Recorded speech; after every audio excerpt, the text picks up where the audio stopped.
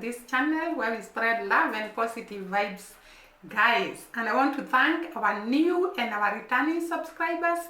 We really appreciate you. We thank you so much for your assistance, subscribing to our channel, commenting, liking our videos. We do not take it for granted, and we always pray for you that you may be blessed, you may be enlarged, you may be protected and shielded. We do not take you for granted, guys. This place is cold. I've never had such cold in Kenya. Maybe the people who experience winter experience what we are experiencing right now. It is very cold. For the last 2 days, yesterday and today, it has been very cold. I think the temperatures are very low. But we thank God for the gift of life. And today, yet another day where we are going to talk about the things we talk always. And I want us to look at the competitions that were happening in Paris. That is what we are going to focus first. And then we look at the great competitors from Jamaica. Actually, these people, I can call them talent with brain. I came to realize that most of the people that participate in athletics, in football, in volleyball, in basketball, in all those, what can we call them? Games. Most of them are not educated. But I want to tell you, the Jamaican athletes and even the field people, they are people with a lot of education. It is actually talent with brain. By the way, guys, I do not want to talk badly about our country, but most of the people that participate in athletics in our country, they have not, they don't have degrees, by the way. Maybe they have reached high school, but they do not have degrees. But I found that the Jamaican athletes are very learned. And I'm going to feature them, some of them who are so learned in this video. So I want us to talk about the gold medal that was to be won by Kisane Thompson, but it was won by Noah. A lot of talks have gone in the social media, and most of the Jamaicans are actually lamenting. They have come to my comment section telling me, Lam, this gold was ours. It was snatched. Yeah, that is the word. Snatched away from us. And guys, I was wondering, how is a winner determined in the track events? For me, I'm not very sure what happens, but according to most of the people that came in the comment section, they declared it was actually Kisane who hit the, what is it called? The mark line. He had actually crossed the mark line with his shoulders and his body. That is what most of the people are saying. And it was a surprise to find that Noah was actually announced the winner. Is it Kisane that won the gold medal or no? To most of the people, especially the Jamaicans, they completely believe that this gold belonged to Kisane and not Noah. The Olympic judges, I think, should go back and look at what happened, because it's very wrong for such a great event to end like that without people getting satisfied that this is how Kisane was defeated by Noah. They can actually explain, according to their rules and regulations, what happened for Noah to win, yet Kisane seemed to be ahead of Noah. Maybe actually I saw another race where Jamaicans were still complaining that that person did not win squarely, in other words, rightly. It was actually imposed on them to get the medals. And it happens that the competitors that are winning instead of Jamaica are actually from United States of America. And actually, I was wondering, these competitions are not in the United States of America. They're actually in Paris.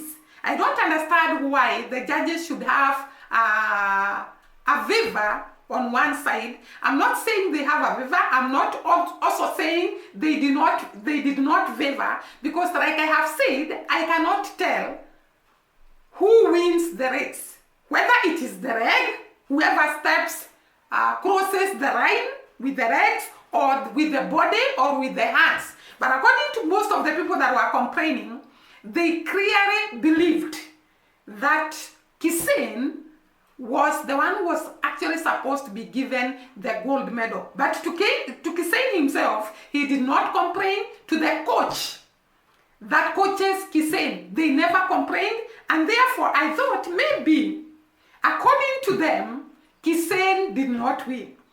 Because they never complained, they never highlighted their complaint to the management of the Olympics, because they should. If they believed completely that Kissen was the winner, they would have actually highlighted their case and actually argued their case out, so that this gold is not given to the wrong person. Because it's very, very bad for someone to win and somebody else to get the glory. And that is why I'm saying the management of the Olympics should actually come out and explain how they determined the winner of 100 meters in Paris Olympic race. They should clearly come and tell us, how did they determine who was the winner in this case, where we saw the two guys very, very close to each other. And actually I said in the other video, the difference between the two, according to the judges, it was 0.005 seconds. So they can come out and explain how did they get this 0.005 seconds, and how did they determine who is the winner between Noah and Kissen, depending on their rules and the regulations. If they don't come out clearly, people will be saying always that this race was not judged properly, and this is a big letdown to such a great event, whereby people come out not satisfied about the judgment on this race. So it is very, very important. The judges, the coaches, whoever was involved in determining the winner, you should come out and explain how this winning of the gold medal in 100 meters race was determined. Because most people believe it was not supposed to be for Noah, it was supposed to be for Kissen. Then there is something else that came out. Noah happened to run the 200 meters and actually did not win gold, did not win silver, he won bronze. And according to Noah, prior to the race, he had actually gone to the hospital, to a doctor, and was taking a test of COVID-19. And it was found positive.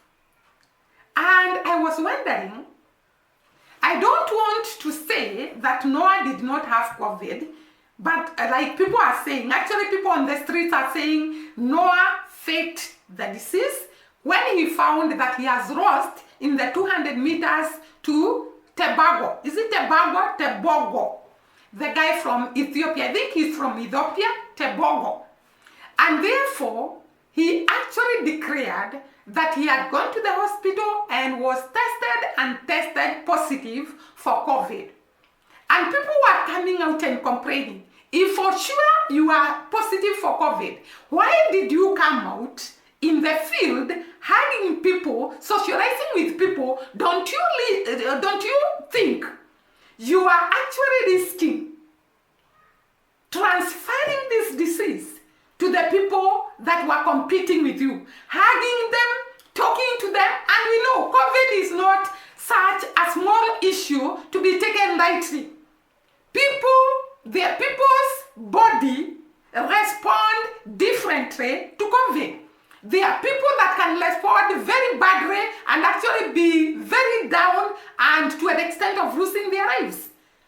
And maybe Noah, his body has the resistance, because I actually wondered, how could Noah run the 200 meters race having tested positive for COVID-19?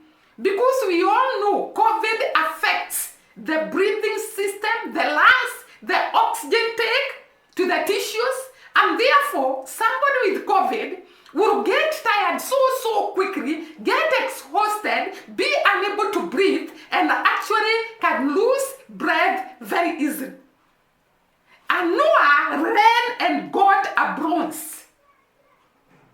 Being positive, I was very perplexed by this news. Because one, if he really knew that he had COVID, he was risking his life because you can collapse and die because the lungs are not actually taking the oxygen to the tissues, and therefore you can be, what do we call it? You can suffocate and die. Also, you can transfer this disease to the people that you are running with, to the people that you are hugging in the field, to the people you are interacting with in the field, which is very risky for the other competitors. And therefore, like most people are saying, did Noah get COVID after losing the 200 meters race? Or did Noah fear the loss and declared himself positive for COVID-19? Or did Noah really have COVID-19? Was he positive? And if he was positive, why did he risk the life of others? Why did he risk going to the field and learn even his own life? Because COVID is not just another disease. It's not a cold. It's not a flu. It's a complicated disease. It is a disease that affects the organs that are needed during this running. The oxygen in the body must be pumped very fast to the heart, to the lungs, so that to the tissues, so that this person can be able to breathe in, breathe out during the race. But when you are running, when your lungs are not proper, when your breathing system has been affected by the disease, when your body is down with COVID, I don't understand why Noah chose to run in such a circumstance. And to me, I thought that is risk to himself and it was risk to the others. Actually, most probably, people may sue him because he was risking their lives. COVID has killed so many people.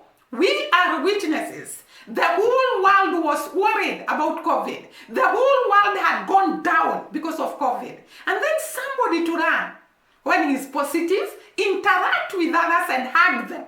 When they have COVID, isn't that too far? However much I would want to love Noah, that was great risk to him and great risk to the other competitors. And people complained a lot in the social media. I'm not actually the first one. People complained a lot. And most of the people believed it was not true. It was fake news. It was something invented to cover the loss. And is it worth to cover the loss by declaring yourself COVID positive? I don't think it is worth. So that is one of the things I said I'm going to highlight in this video because it was very scary for the other competitors and for Noah himself. It was not good. The other thing that I wanted to discuss in this video, apart from Noah and all the shenanigans that were happening in Olympics, I wanted to talk about these Jamaican women and men who participate in the track events and in the field events who have brain and talents. Actually, I will start with Sherry Ann Fraser. Sherry Ann Fraser is a Jamaican sprinter who has won a lot of gold medals in the Olympics in different places and championship, world championship in different places. She has won herself a lot of gold medals and a lot of respect as the fastest woman, among the fastest women in the world. Sherry Ann Fraser is not just a sprinter. She is a holder of a Bachelor of Science BSc degree in child adolescent development, child development and adolescent development. She is a holder of a degree. She does not just go to the field just to run. She learns with calculated move because the brain is sharp and the legs and the body can actually take her very, very fast. She has the brain and she has the talent. And today we celebrate the Jamaican sprinters, brain with the talent. The other person, actually, Sherry Ann, not just runs, she has a degree in BSc in childhood development, and she also learns an organization that actually helps. The organization is called Pocket Rocket Foundation. It gives scholarship to those people or to those students who are sport-minded. They are given scholarship to participate in sports as they go through their high school. She also assists in the children homes in Jamaica. She has a heart to touch souls, so she's actually a brain with the talent, and you have seen that. The other person who actually is a runner, a very great runner, and also has brain is Usain Bolt, not Austin. Usain Bolt. We all know Usain Bolt. He is so far the fastest man in the world. Though we have seen others running, Usain Bolt, his record would take time to actually erase it. He is the fastest man in the world. Usain Bolt does not just run. He learns with brain. He owns a honorary doctorate degree, that is a PhD, from the University of Brunel in London. This is a guy who sprints, lands like a tiger, and yet his brain is very, very perfect. He has a honorary doctorate degree from the University of Brunel in London. Then we have Asafa Poel. Asafa Poel, I saw, he has gone up to high school and he wanted to do mechanics. So he's actually a high schooler with a mechanic. I don't know whether it is a certificate or a diploma, but he is a learned man. The other man that I wanted us to look was Rock Stoner. This is the man who shocked the world by winning the first gold medal for Jamaica. He won a gold medal in the throwing of the discus. This guy does not just throw the discus, he throws the discus with calculated moves. And that is why he won the gold medal. This is a guy who holds a master's degree in operation management from the University of Arkansas in United States of America. It is a guy who actually has done a master's degree in operation management from that university in United States of America. So as he throws the discus, he throws the discus with calculated moves because he is talent with brain. So today we are celebrating those Jamaicans who have talent and yet they have the brain. And today we actually give them a shout out and we celebrate them and we tell them to continue with the good work they are doing, education, and at the same time talent. They are teaching the young people it's not just coming out of primary or dropping out of high school and going to participate in track and field events. You need a brain. You need to do your calculations. You need to have your thoughts well arranged so that you can win these races, you can win these field events. And therefore, we really appreciate the men and women of Jamaica with brain and talent. The other thing that I wanted to talk about today, I wanted to talk about the Lazy Gang. Guys, do you know who are the Lazy Gang? The Lazy Gang are people who came together some years, let me talk about some years, who came together with the name of bringing the family of Dimwango, Ayamarwa down. And they recruited one another and they formed a camp, and that camp was to make sure, the objective was to make sure Dimwango goes down, Ayamarwa goes down, and the whole family goes down. But who is God? Let me tell you guys, these people They had even gone to an extent of forming a squad. I realized yesterday the squad was called what? Q? Is it QO? It was Crios. It is COQ. COQ. It was Crios on trending Carol. So they formed a squad whereby they are going to be coming live and discussing about this family. But this did not go well with the other Lazy gangs. Black Beauty and who is the other one? Coco Mama, this Nigerian negative reactors.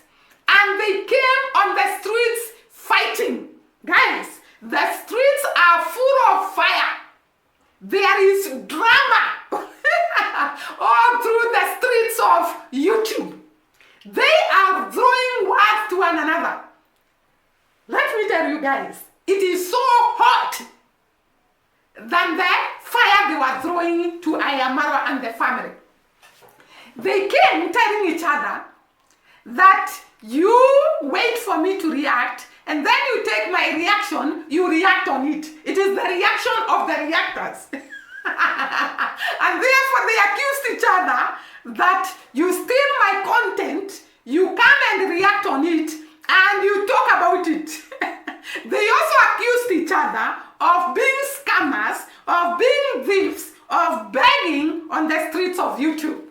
And this all came about because of this guy called Max One. Max One came out to say that he met an old man who he was saying is 100+ years. And this old man did not have a mattress, did not have a bed, did not have, I think, food. And this Max One started asking for donations to buy food, to buy mattresses for this old man. And it's like he was sent money to buy the mattress by a guy called Kung Fu Fanta. I think that guy is in the United States of America. I told you these guys are funded. And I want you to make, or rather to know, that these guys do not just act out of their own accord. They are people who are funded to bring this family down. And therefore this guy Max One received money from Kung Fu Fanta, I think he's called Kung Fu Fanta, to buy mattress for this old man. But what did Max One do? Do you know these people are hypocrites? They tell Marwa that he's coming, he's borrowing, he's doing all that, and they are actually the ones who do all those things. So Max One was given money to buy the mattress, but he didn't buy the mattress. Actually, they were showing the video of Max One saying that he didn't buy the mattress. Instead, he took this old man to the hospital. When did this old man get sick? And one day, he shot a video declaring that this man has no bed and mattress. Kung Fu Fanta sent the money, and yet, this money was used to take the man to the hospital. How much did he use in the hospital, and how much did he remain for the mattress? Anyway, the mattress was bought, and the bed was bought. But on trending, told Max One to continue borrowing money to people or begging money. And you know these guys come on the streets as hori of the horis. They say we don't borrow money, we don't beg money, we are hori, we cannot be given money. And I'm not saying it's good to borrow money, it's not good to beg. But they accuse this family, Marwa and Dimwango, of borrowing money, begging money on the streets. And yet, we see them clearly doing worse than these people. Begging money and hiding in the pretense they don't beg. So on trending, advises Max One to actually ask for donations. And how comes this Max One just goes to actually see this man? Anyway, let me not ask those questions. But I want to tell you, these guys are the greatest hypocrites I've never come across. So they are quarreling because when on trending advised Max One to beg, the Black Beauty and the Coco Mama actually started saying, I think Black Beauty or I don't know, they started telling on trending, you are telling Max One to beg money, yet we are fighting those people that begs money, because that is what they say. And therefore, they started quarreling and calling each other names and accusing each other and talking about very many shenanigans. And I came across some of their reactors, guys. I think I'm going to read for you some of their reactors and what they were saying. Actually, I don't know. Yes, I'm going to read for you guys. This is what they were responding to each other. I'm reading the comments that were commented by people in their channels. And I want to say the heading that is written here is very misleading because they are saying the downfall of Ayamarwa and Dimwago. But they never talked about anything to do with Ayamarwa and Dimwago. They actually talked about themselves and the quarrels they have. They have been fighting on the streets. Now they are not talking about Amarwa and Dimwango. And I said, this God is something. He answers prayers. People cannot just bring other people's down without God revenging for them. So they keep fighting, but they are still putting the heading of Ayamarwa and Dimwango on their channels, and yet they are fighting. One of them came and said, one of the commenters said, let's squeeze this and come back like nothing ever happened. He's encouraging them to finish the quarrels they are fighting so that they can start reacting negatively towards Ayamarwa and Dimwango. And another one came and said, wow, I'm running the history of the so-called negative reactors. I didn't even know faceless reactor was meant for Kung Fu Fanta. I just listened to reactors as an entertainment. So this one is saying, I listened to them as an entertainment. I didn't know the negative reactors had one called faceless reactor. Another one came and told them, come on, you guys need to stop and focus on reaction. Marwa must be laughing so much. And for sure Marwa is laughing because God has revenged for him. They were there to fight him, but now they are actually accusing each other, telling each other that I am the one. Actually, they also thought about the people they have brought to the negative reactions. They have recruited negative reactors and they are claiming, each one of them is claiming, I brought so and so to the YouTube streets. I am the one who recruited so and so. So they have started fighting about the people they recruited who are being paid to paint Ayamarwa and the family bad. And one of them came and said, the African aunties need to stop arguing. I follow all of you. So they are being told to stop arguing and to stop fighting. You can imagine one of them came and said,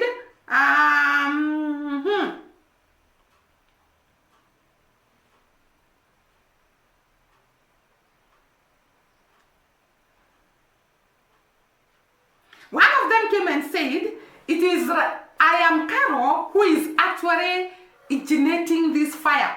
And I've always talked about this woman, Carol. She is a hypocrite. By the way, this woman will pretend that she does not beg, she does not borrow, but deep down, like nowadays, she's begging about her birthday. And she's putting it as a joke, but she's actually begging for money, scamming for money, using her birthday. The other time, she talked about being sent money to give to the other people she had recruited, including that Max One, Masubo, and all the others. So these guys receive money, they beg money, but they pretend they are not begging, and they pretend they are very innocent, and they pretend that the others are animals. The other guy that I wanted to talk about is Ivan. This guy from USA. This guy is a liar, a manipulator, just like Amkaro. Amkaro is a manipulator, a liar, and she can actually make the whole gang to fight. And I hope she does that, so that they can stop actually hating on others. I'm sorry because I'm talking like that, because I should not hate on her. But these people are evil. They plan evil for others. They actually come together to bring others down. So this Ivan comes to say about the girl that Ayamarwa had, who was left in his house, and a lot of shenanigans. And this guy was told by the same reactors, stop telling lies. We listened to you, and you went far to telling us lies. Because now he's inventing lies so that he can get subscribers because he saw when I talk about this family, I get views and subscribers. Can you stop? Because now God has come to actually make you fight. Karma is real. You fight others. You start fighting amongst yourselves because you're going to destroy your own selves by fighting so that you can actually leave this family alone. Guys, I think this video will stop there. Thank you for watching me once again. See you during the next video. Bye bye.